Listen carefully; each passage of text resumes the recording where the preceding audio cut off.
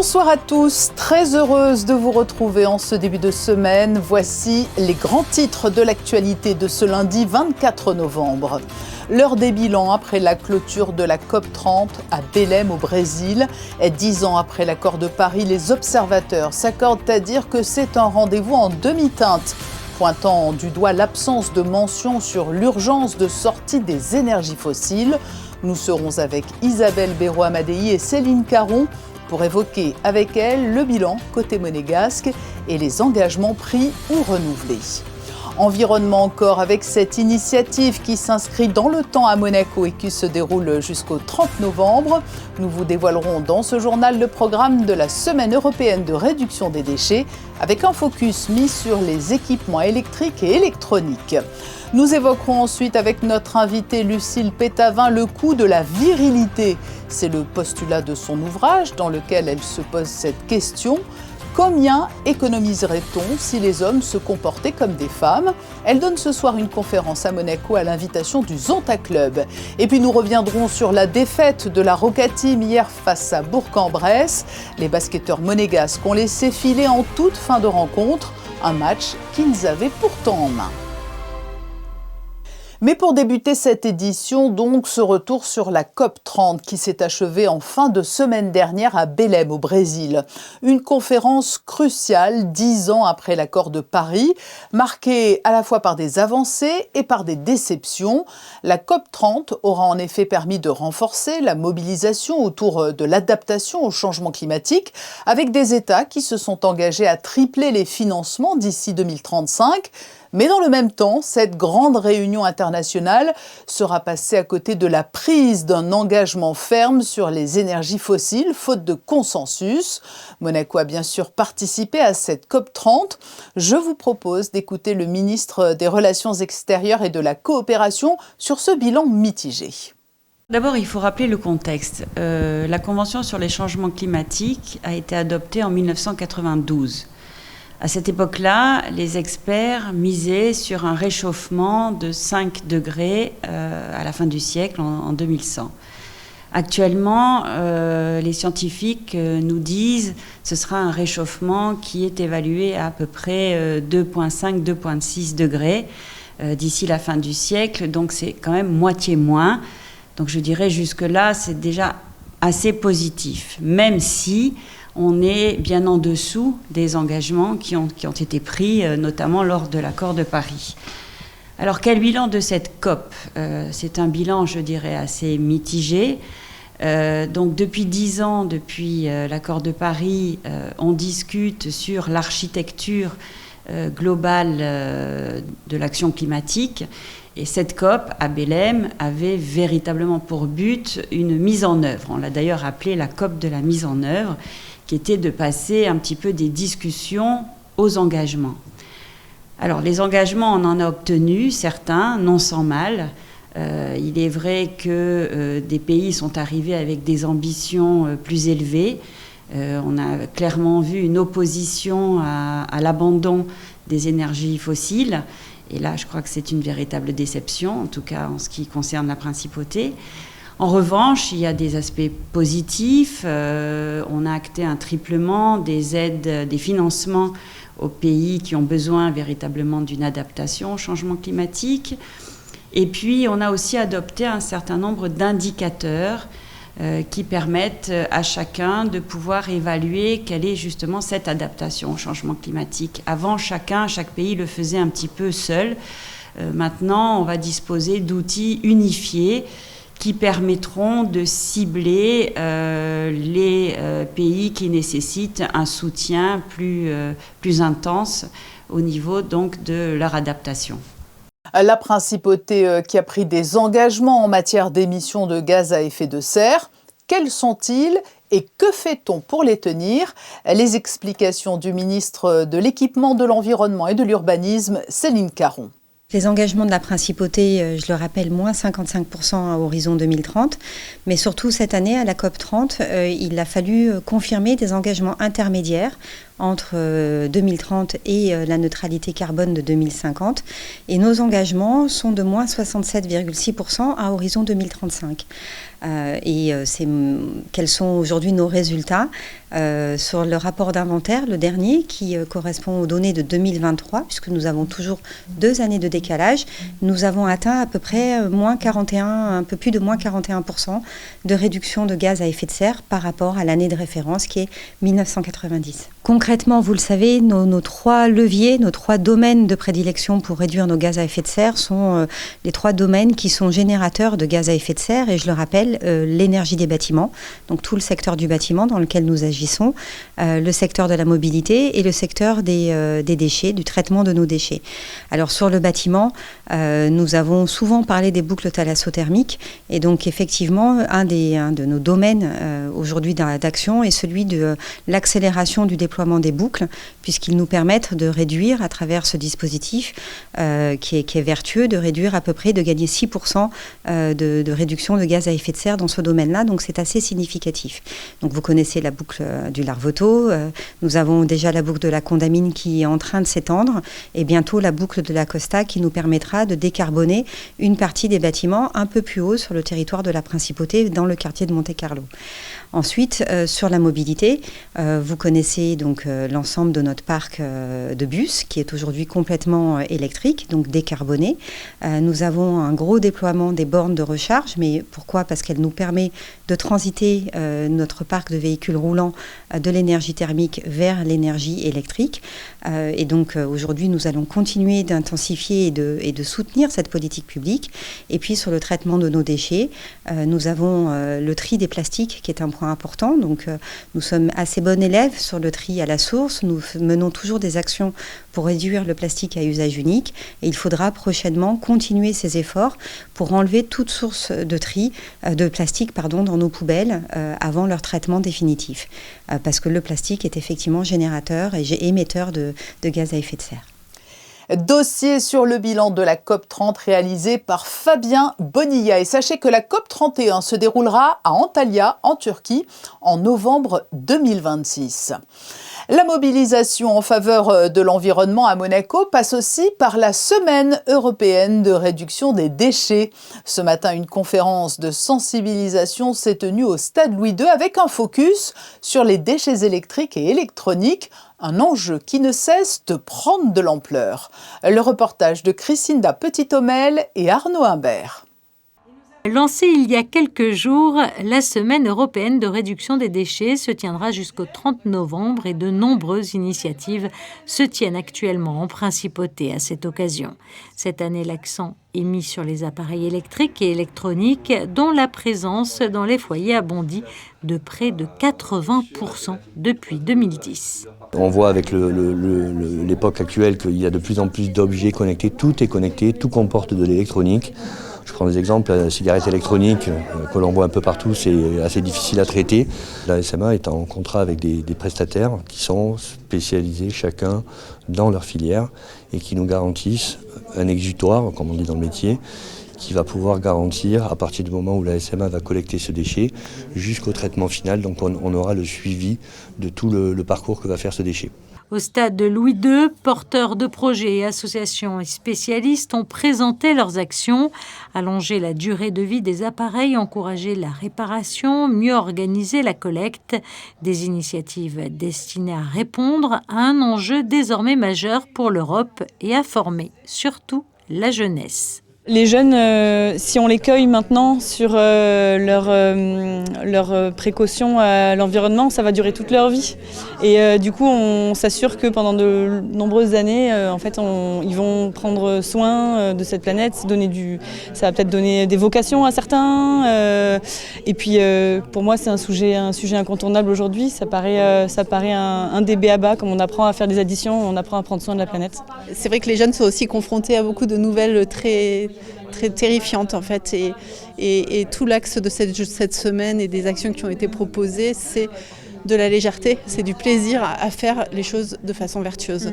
Mettre en valeur, réunir les acteurs et donner des idées amusantes, innovantes et chercher toujours à progresser. Car au-delà du tri, ces déchets contiennent des matériaux précieux qu'il est essentiel de récupérer.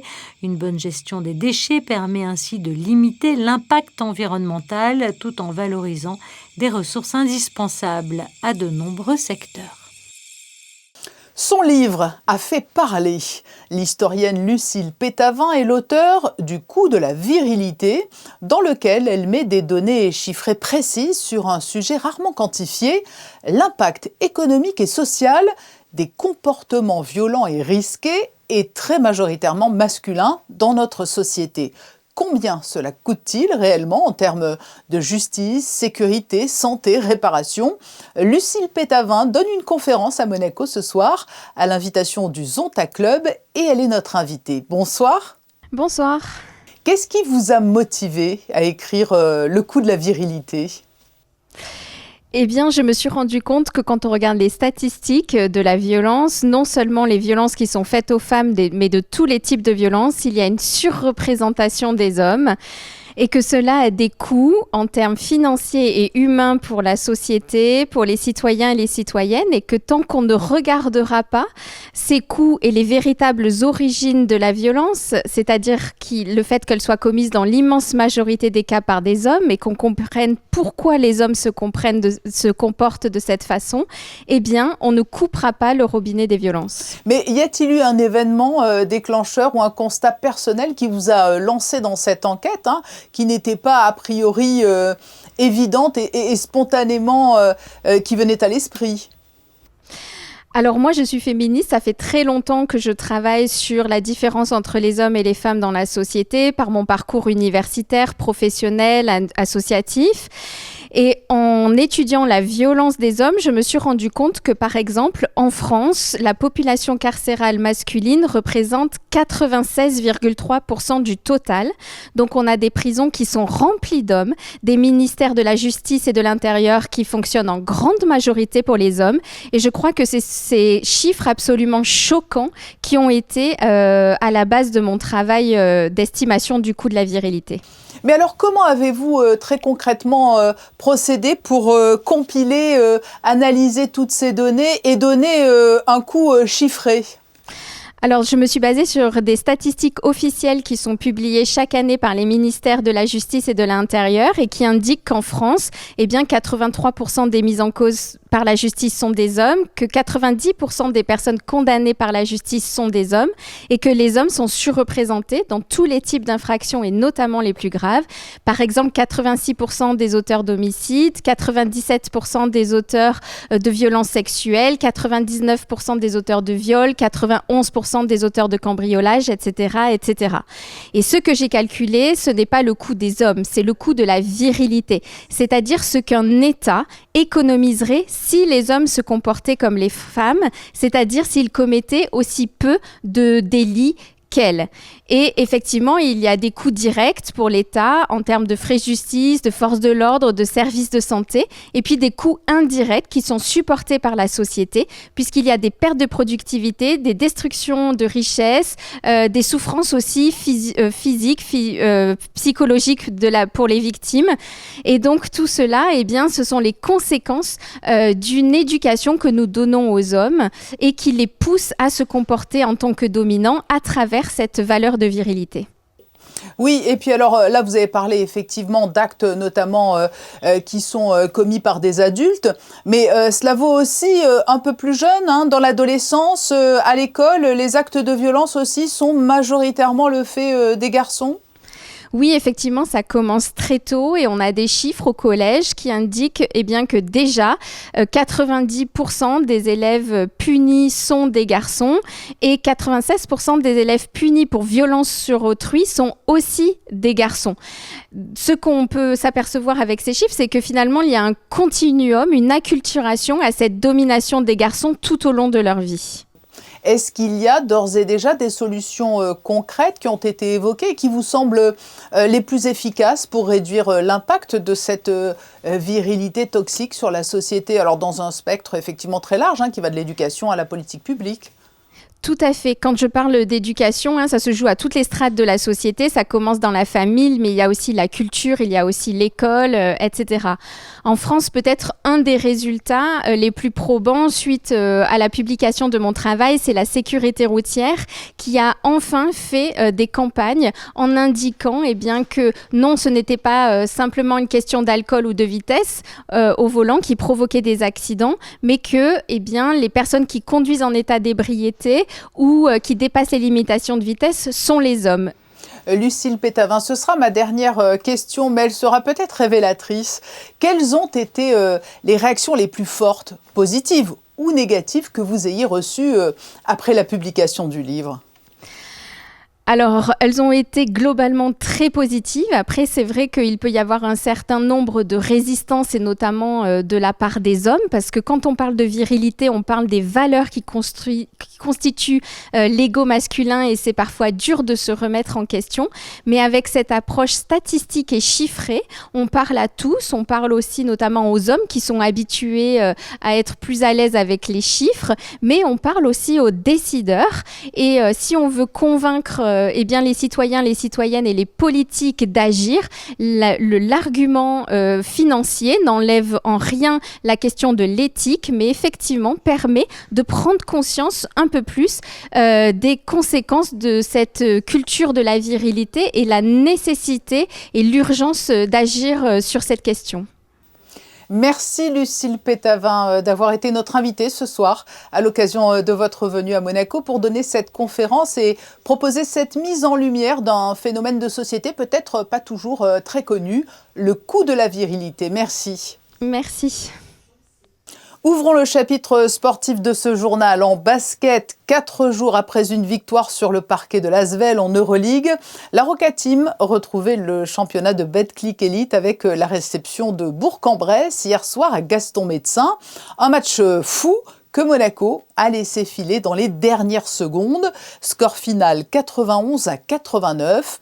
Retour sur cette rencontre avec Frédéric Elion et Hugo Comasa. Fin de série pour la Roca Team. Après 6 victoires consécutives en Betclic Elite, Monaco a chuté à domicile face à Bourg-en-Bresse dimanche soir. Un match que Monaco a laissé filer après avoir été devant quasiment toute la rencontre. Le début de match est un feu d'artifice offensif, 28-27 pour Monaco qui accélère en début de deuxième quart-temps. Un 10-2 en 2 minutes avec un bon apport de Makoundou et Bégarin. Eli Okobo est injouable, plus 8 Monaco à la pause, 52-44. La Roca Team va ensuite encaisser un terrible 17-0 à cheval entre la fin du 3e et le début du 4e quart-temps. McGee donne l'avantage à Bourg pour la première fois sur ce tir longue distance. Eli Okobo va ensuite inscrire 11 points consécutifs pour redonner l'avantage à Monaco, 28 points au final pour l'international français. La Roca Team est à +1 avec la possession à 20 secondes du buzzer, mais va perdre un ballon qui va coûter très cher. Sur l'action suivante, Mokoka, meilleur marqueur côté JL avec ses 23 points, climatise Gaston-Médecin dans le corner. 91-89 et surtout 49 rebonds à 25 pour Bourg-en-Bresse qui l'emporte à Gaston-Médecin. On n'a pas lâché, on y a cru jusqu'au bout. On sait que c'est une très très bonne équipe et qu'on ne peut pas faire beaucoup d'erreurs contre eux. Il y a beaucoup de talent, il y a beaucoup de profondeur de banc et on a essayé de combattre, mettre de la hargne et aujourd'hui on a la victoire et ça nous fait plaisir. C'est une défaite qu'on aurait largement pu éviter.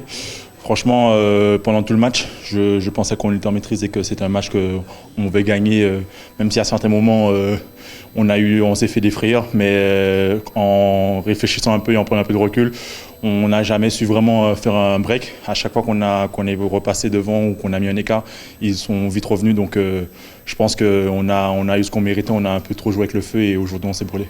Avec cette défaite, Monaco manque l'occasion de récupérer le fauteuil de leader de Betclic Elite. Du football avec la victoire hier du Monaco United à Carrosse. Les Monégasques se sont imposés 4-1 lors du premier tour de la Coupe Méditerranée qui représente l'un des principaux objectifs de l'équipe cette année. Hier soir, le Yacht Club de Monaco accueillait le gala des meilleurs ouvriers de France en présence du prince souverain.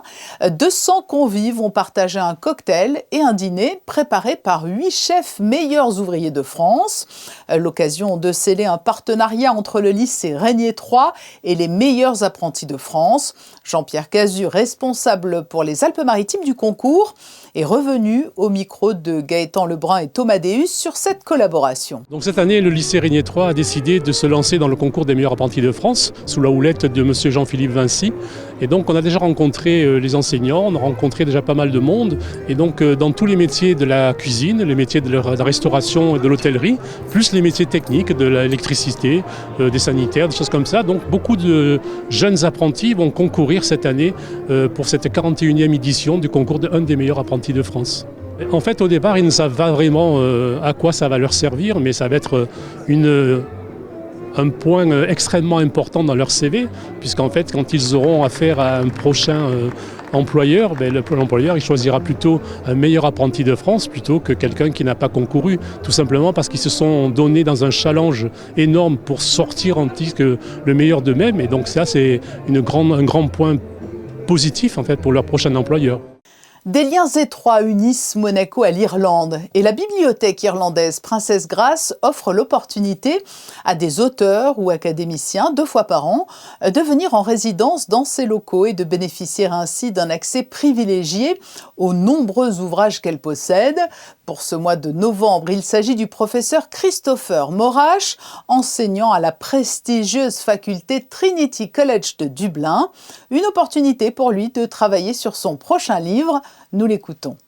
I've been writing a book about Irish literary salons, about Irish writers meeting to talk to one another, and this is the perfect place to do it. The collection of books here is just ideally suited to what I'm writing about.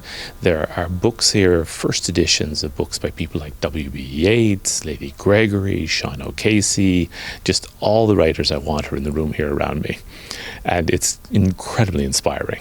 It should be in print next year, I hope. It's for Cambridge University Press.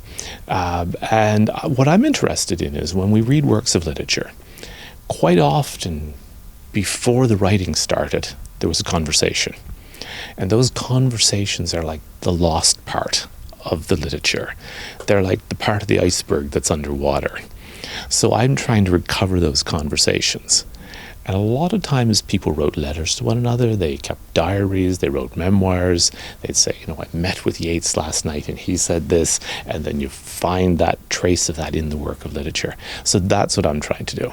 Le professeur Morash a également animé une conférence le 13 novembre dernier sur le thème « Les salons littéraires perdus de Dublin ». Ces résidences sont organisées grâce au soutien de l'association Ireland Funds Monaco, dont nous écoutons la présidente. The Ireland Funds Monaco, Bruxelles, they bring all these writers every year, twice per year. And it's fantastic because they can spend time here in the library and see all the collection we have here and work with all projects they have and go back home to Ireland and have all this information with them. We support the culture, like the Ireland Funds in Monaco, and we support a lot of the communities in Dublin, all around Ireland. So it's more the cultural and community development and all around the world as well. Des propos recueillis par Alexandra Pani et Lionel Bernardi. À l'occasion du 30e anniversaire des relations diplomatiques entre Monaco et la République populaire de Chine, une exposition est présentée dans le hall de la gare. Elle met en lumière la vitalité des échanges culturels et artistiques nés de ce partenariat historique.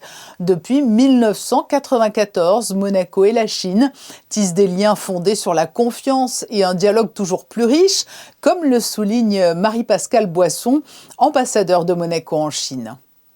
Ça ne paraissait pas évident d'allier l'art et les trains, l'art et la SNCF, mais finalement je trouve que c'est une merveilleuse idée, d'autant plus que l'artiste chinois M. Yui Chao qui expose ici a vraiment une thématique qui est en totale conformité avec les voyageurs qui passent ici dans cette gare. Comme vous le savez, nous avons de très grandes différences.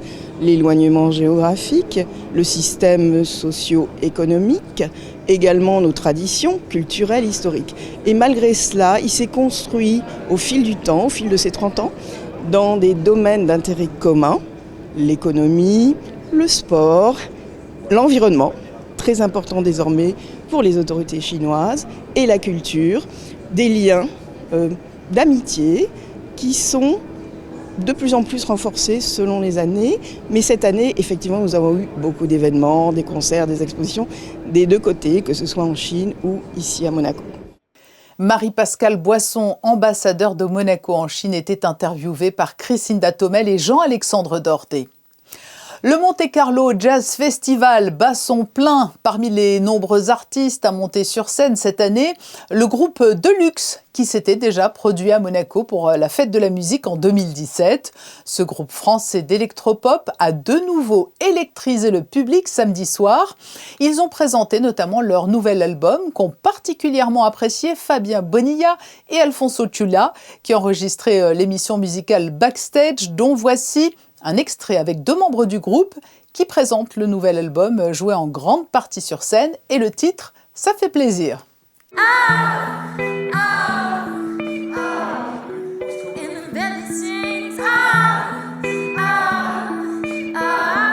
J'ai l'impression qu'on a exacerbé le fait qu'on soit 6 entités, qu'on soit vraiment 6 individus avec des goûts et des idées différentes et qu'on a tous des idées différentes à apporter au projet Deluxe.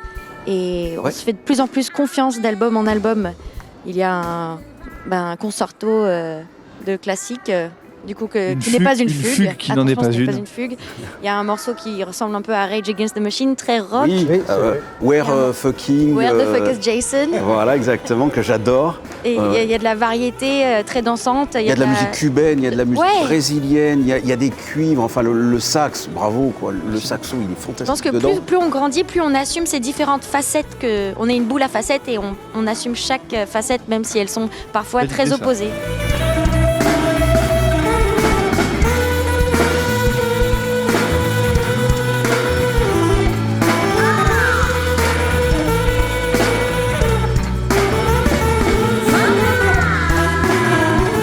C'était un extrait de l'émission Backstage qui fêtera ses 10 ans avec le groupe Deluxe. Diffusion de l'émission le samedi 20 décembre à 21h. Et l'édition 2025 du Monte-Carlo Jazz Festival se poursuit, elle, jusqu'au 29 novembre. Prochaine date, mercredi, avec à l'affiche une légende du jazz jamaïcain moderne, Monty Alexander, et le pianiste et chanteur colombien Yuri Buenaventura. Ce journal touche à sa fin. Nous nous quittons avec les photos de fin d'édition. Elles sont consacrées au concours Young Chief, Young Waiter et Young Mixologist. Une compétition qui s'adresse à de jeunes professionnels et qui s'est déroulée aujourd'hui au lycée Régnier 3. Nous y reviendrons dans le journal de mardi à 19h. Ces photos sont signées Stéphane Dana. Dans un court instant, les prévisions météo d'Alexandra Pani. Je vous retrouverai quant à moi demain à 19h. Très belle soirée sur Monaco Info.